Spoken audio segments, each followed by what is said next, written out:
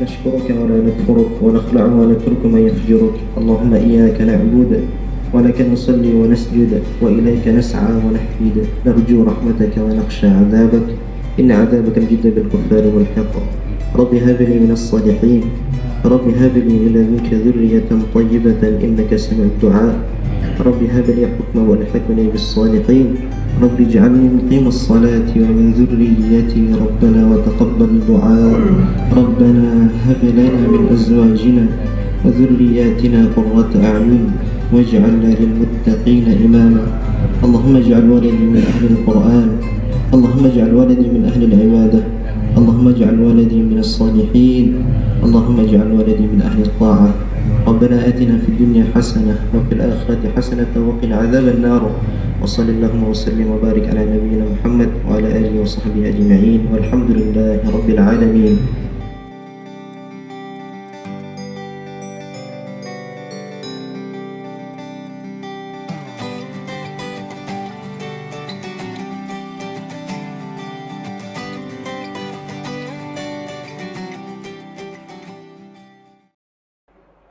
Bismillahirrahmanirrahim. Assalamualaikum warahmatullahi wabarakatuh. Alhamdulillah wassalatu wassalamu ala Rasulillah wa ala alihi wa sahbihi wa man wala amma ba'd. Alhamdulillah para pemirsa dan sahabat milenial yang berbahagia.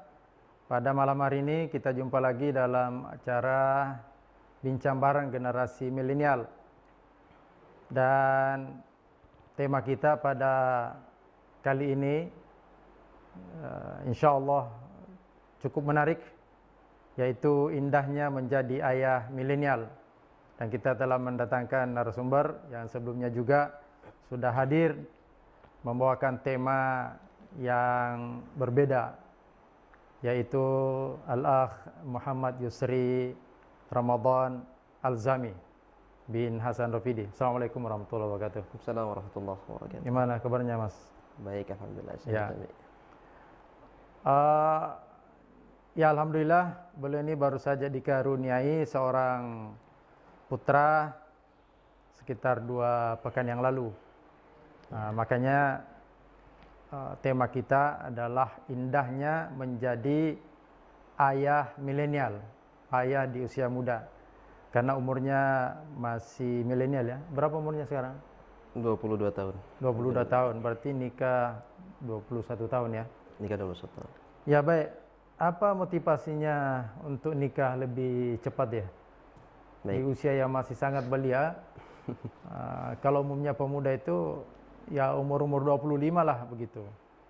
Termasuk saya sendiri dulu umur 25. Nikah yang pertama. Fadhol. Baik, Abi. Bismillahirrahmanirrahim. Alhamdulillahirabbil alamin wassalatu wassalamu ala asyrafil mursalin wa ala alihi wa ashabihi ajma'in. Motivasi nikah di usia muda ya. Sebenarnya ada 3 secara singkat motivasi kami pribadi menikah di usia yang ya untuk saat ini mungkin bisa disebut sangat muda dan belia. Yang pertama karena menikah ini adalah syariat Allah. Ya. Allah Subhanahu wa taala berfirman pada surah An-Nur, "Wa ankihul ayama minkum was-salihina min ibadikum wa imaikum." Dan nikahkanlah orang-orang yang masih membujang di antara kalian ya, dan orang-orang yang layak menikah daripada hamba sahayamu. Ya, itu yang pertama, jadi syariat Allah ya. Dan ini bukan hanya bagi orang yang masih muda, yang sudah umur 25 tahun ke atas pun yang belum menikah tentu disyariatkan untuk menikah.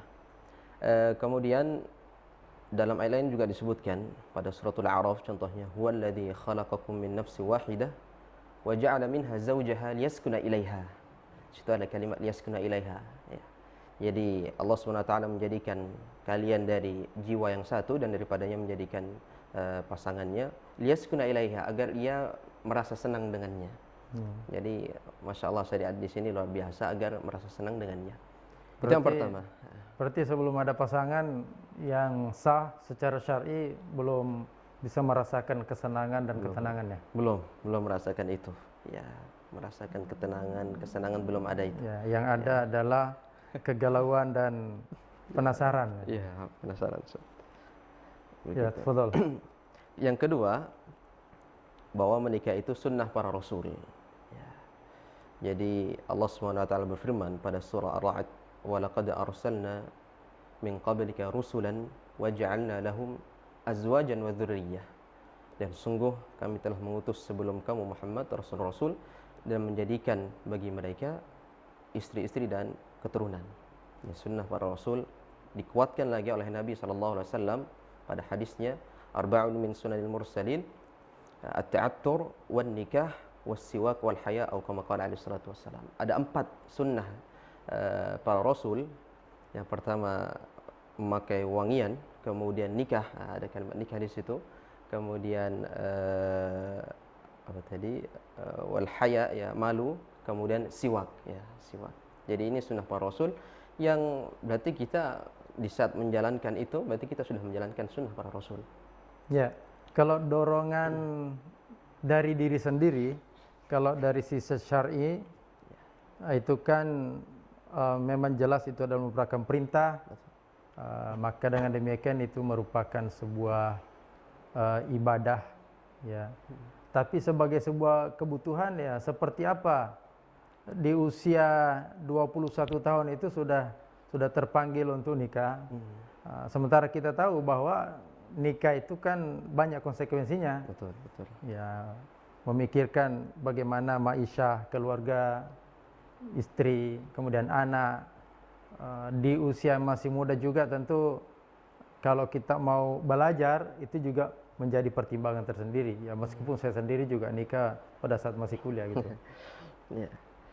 Itu yang ketiga, ya, itu masuk ke pribadi, yaitu waspada terhadap zina. Jadi ini juga alhamdulillah Allah SWT memberikan kenikmatan kepada kami untuk bisa menghafalkan Al-Quran. Salah satu cobaan terberat, dan ini tidak bisa dipungkiri bagi seluruh penghafal Al-Quran, ya, untuk menjaga hafalannya itu berada di zina, berada di permasalahan zina. Dan ternyata Rasulullah memberikan solusi. Ya ma'syar syabab man istata'a minkumul ba'ah falyatazawwaj fa innahu aghaddu lil basar wa ahsanu lil farji. Jadi memang menjaga pandangan dan menjaga kemaluan itu permasalahan terbesar bagi para penghafal Al-Qur'an, tidak bisa dipungkiri. Mau dia menghafal di waktu muda atau sudah tua, tetap itu menjadi cobaan bagi mereka. Ya. Artinya selain sebagai sebuah fitrah, kebutuhan bagi setiap manusia, juga ada target yang spesifik bahwa dengan menikah itu akan menjaga pandangan, menjaga kehormatan diri. Betul. Dengan sendirinya akan menjaga hafalan kita. Betul. Karena menghindarkan kita dari hal-hal yang bisa merusak ya dari hafalan itu. Masya Allah, alhamdulillah. Kalau dari sisi kan man istata'a minkumul ba'ah, kemampuan ya, kemampuan secara fisik dan mental, tentu juga seperti apa kesiapan mental untuk memiliki keluarga yang harus menjadi tanggungan gitu ya. Ya tentu pertama harus banyak membaca untuk bisa kita mempersiapkan pernikahan itu.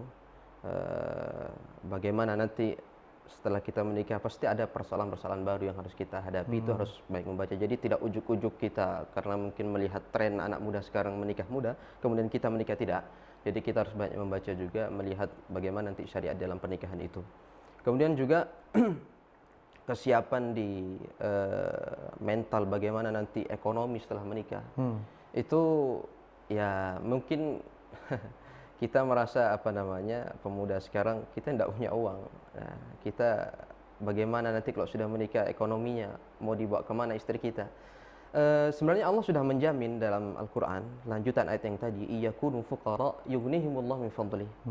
Jikalau kalian ya, miskin, maka Allah akan kayakan dengan karunia-Nya. Ya, ditambah juga hadis Nabi, thalathatun haqqun 'ala Allah ya'unuhum. Ya, yang pertama al-mujahidu fi sabilillah, kemudian al-mukatib alladhi yuridul ada, wan nakih alladhi yuridul afaf. Jadi ada 3 golongan yang berhak mendapatkan pertolongan Allah Subhanahu wa taala. Jadi dijamin sama Allah. Yang pertama orang yang berjihad di jalan Allah. Yang kedua orang yang budak yang ingin memerdekakan dirinya. Yang ketiga orang yang menikah karena ingin menjaga kesucian dirinya. Jadi tidak perlu ragu dan tidak takut. Berarti ini harus menumbuhkan keyakinan. Iyakunu fuqara yughnihimullah min fadlih. Dan dipertegas oleh Nabi bahwa kalau niatnya nikah itu untuk menjaga diri, maka Allah yang akan menanggung mereka. Tentu harus disertai dengan usaha ya, dengan ikhtiar itu, masya Allah. Anak keberapa? Siapa? Antum? Anak ketiga, Bi. Ketiga ya? Ya. Anak ketiga. Dua kakaknya laki-laki semua? Laki-laki semua. Berarti ini melampaui dua abang. Betul, melampaui dua Gimana tanggapan mereka? Memang kalau sebenarnya di adat Jawa kan cenderung apa namanya menghormati yang tua ya, lebih kuat penghormatan ke yang tua. Sebenarnya kalau di kalangan umum awam yang kita kan alhamdulillah diberi kesempatan oleh Allah untuk bisa tinggal di kalangan pesantren. Kalau orang awam memang tentu ini tidak sopan namanya. Ini tidak sopan ini namanya karena melampaui dua kakaknya. Kalau apa namanya kita perempuan kemudian dua kakak kita laki-laki, kita tidak masalah. Ini cuma masalahnya laki-laki juga dan jaraknya jauh. Jadi saya lahir tahun 1998, kakak pertama itu 1993. Masya Allah. Jadi jaraknya lumayan jauh dan dari kedua kakak itu saya dulu yang nikah. Beda 5 tahun ya? Beda 5 tahun. Ya. Tapi sudah nikah sekarang? Sekarang sudah nikah yang pertama, yang kedua masih belum. Tanggapan memang sebenarnya tidak kaget karena dulu kami tahun 2016 itu kan sering ke Balikpapan, intens ke Balikpapan. Ya tentu di sana kan ya kita tahu kalau sudah orang ke Balikpapan itu pasti banyak sekali tawaran. Ya jadi kakak sudah memang menduga dan ini pasti nikah duluan, pasti nikah duluan. Ya mungkin gini juga, kalau Mas Azam ini karena dari awal menggeluti Quran, ilmu-ilmu syar'i, sehingga banyak termotivasi oleh nas tadi. Betul. Dan juga kepercayaan diri, keyakinan itu juga ya banyak dipengaruhi oleh ayat-ayat tadi. Iyakunu fuqara yughnihimullahu min fadlih. Kemudian salah satu haqqun 'alallahi 'anhum an-nakihu alladhi yuridu al-'afaf itu. Nah, sementara mungkin dua masnya ini, dua abangnya ini kan pertimbangannya rasional ya. Betul, betul. Nah, gimana bisa sarjana dulu, bagaimana bisa kerja dulu gitu kan. Iya, betul. Nah, mungkin itu ya. Iya, bisa. Nah, mungkin juga termasuk saya juga dulu masih kuliah, naik tingkat 3 sudah nikah dan ya seperti itulah. Allah juga mudahkan ya banyak hal itu. Tapi rasanya setelah menikah dibandingkan dengan sebelum menikah itu di mana anunya itu bedanya yang sangat dirasakan? Berbeda. Pertama dari rasa tanggung jawab ya. Jadi kalau sebelum menikah itu saya yakin tidak ada tanggung jawab yang berat. Jadi banyak mainnya, lebih banyak waktu mainnya. Ya mungkin tanggung jawabnya cuma sekedar itu saja. Ya mudah, belum ada sesuatu yang baru dan ya mudah saja dilakukan itu sebelum menikah. Ya banyak bermainnya intinya. Setelah menikah tanggung jawabnya semakin besar. Ya apalagi di situ kita sudah bersama perempuan yang sebelumnya belum pernah kita kenal. Itu menjaga perasaan lah, kemudian memunculkan rasa tanggung jawab di diri kita sebagai seorang suami itu ternyata persoalan yang tidak mudah. Ya, artinya kita semakin matang, semakin dewasa. Betul. Dan semakin terarah. Betul. Kalau manusia itu kan dikaruniai perasaan cinta kasih sayang. Selama ini kan belum ada tempat berlabuhnya begitu ya. Betul. Ya. Betul. Jadi masih ya mengawang-awang begitu. Ya, betul. Setelah dikaruniai anak sekitar 2 pekan yang lalu, kayak apa rasanya menjadi ayah yang milenial ya? Ayah di usia muda. Tentu yang jelas bertambah tanggung jawab ya, bertambah anak bertanggung jawab bahwa di saat kita mendapatkan rezeki dikaruniai seorang anak itu akan memunculkan pikiran di kita ya kepada kita seorang suami, ini anak kita mau jadi apa nanti ini, mau diarahkan kemana ini, bagaimana nanti mendidiknya di saat kecil. Tentu bertanggung jawab ya, berbeda dengan sebelumnya di saat kita berdua lebih banyak bulan madunya. Lebih banyak berduanya ya. Kalau sekarang tambah lagi anggota satu, rasanya ada tanggung jawab yang ternyata ini lebih berat lagi nih tanggung jawabnya. Kita bersama istri berdua saja sudah berat, tambah anak lagi semakin berat. Dan rasanya juga ya pertama mungkin tidak nyangka ya, karena Masya Allah, angkatan kami itu yang dulu SMP, yang sudah nikah itu, yang sudah punya anak itu baru saya sepertinya. Jadi mungkin semakin tua bawahnya, semakin rasanya bertambah tua gitu, walaupun umurnya masih muda. Ya. Jadi punya anak di usia muda, maka nanti anaknya sudah besar, ayahnya masih muda juga gitu. Betul, Ya. betul. Masya Allah. Jadi jalan bareng itu seperti kakak beradik gitu. Ya. Dan pastinya bahwa dia akan bisa membantu nanti adik-adiknya. Betul. Ya, insya Allah. Dipanggil apa nanti sama anaknya? Insya Allah dipanggil ayah. Ayah Saya dan dan bunda. Ayah Ayah dan bunda. bunda, ya. Masya Allah. Itu sudah disepakati itu ya? Ya sudah kita sepakati. Alhamdulillah sudah. Nanti kalau kakek dan neneknya dipanggil apa itu? Itu juga kita panggil ayah bunda itu kenapa? Karena kakek neneknya dipanggil abi dan umi mungkin. Oh, Masya Allah. Karena masih muda juga. Ya, berarti tidak panggil kakek ya, panggil abi ya? Panggil abi aja. Nah, ini menantu yang pinter ini, cari istilah ini. Ya, ayah bunda, dan mungkin itu juga lebih romantis ya? Ya, betul. Rasanya lebih romantis. Taib, nama lengkap anak dan artinya? Nama lengkapnya Ruwais Al-Muyassar. Ya, latar belakang penamaan.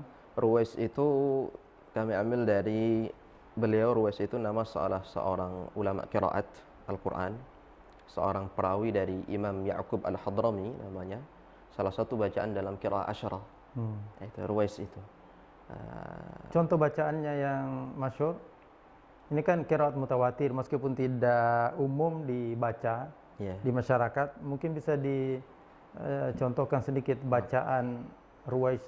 Kalau bacaannya secara keseluruhan saya tidak paham, cuma sering dengar di Al-Fatihah itu biasa ditambahkan di akhirnya itu ada ha ya. Alhamdulillahirabbil alamin, seperti itu. Ya, itu saya ingin.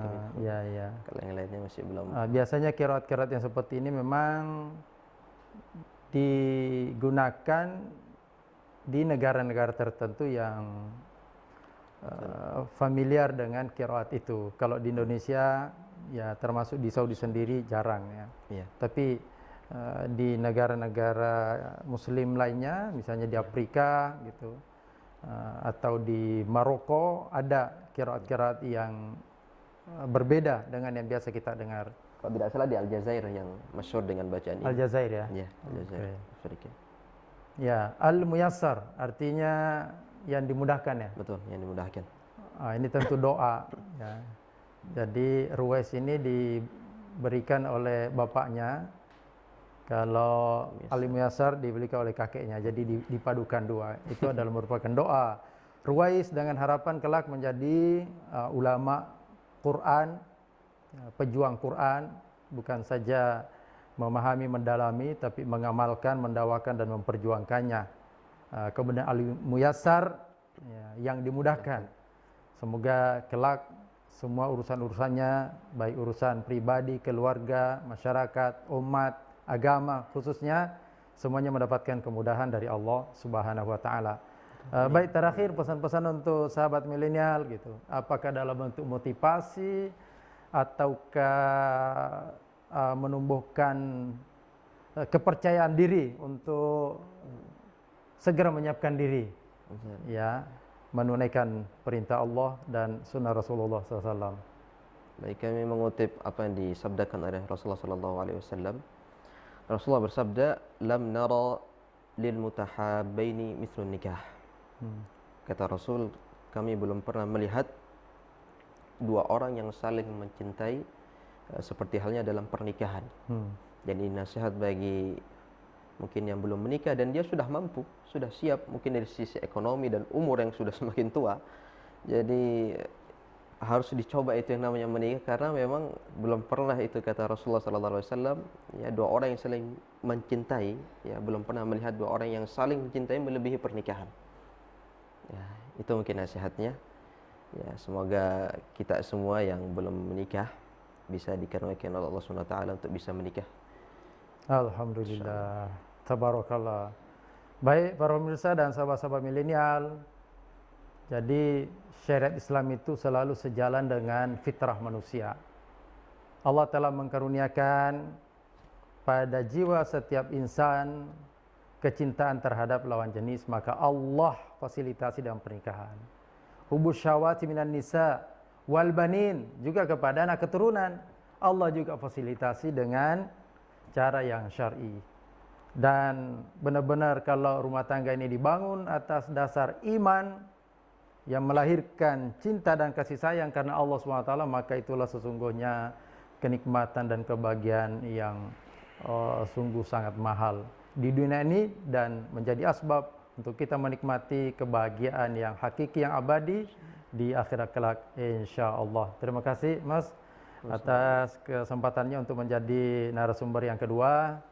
Dan sahabat-sahabat milenial, terima kasih atas kebersamaannya. Para pemirsa, jangan lupa bertemu dan berjumpa kembali dalam acara yang sama pada sesi berikutnya. Hadanallahu wa yakum ajmain. Assalamualaikum warahmatullahi wabarakatuh. Assalamualaikum.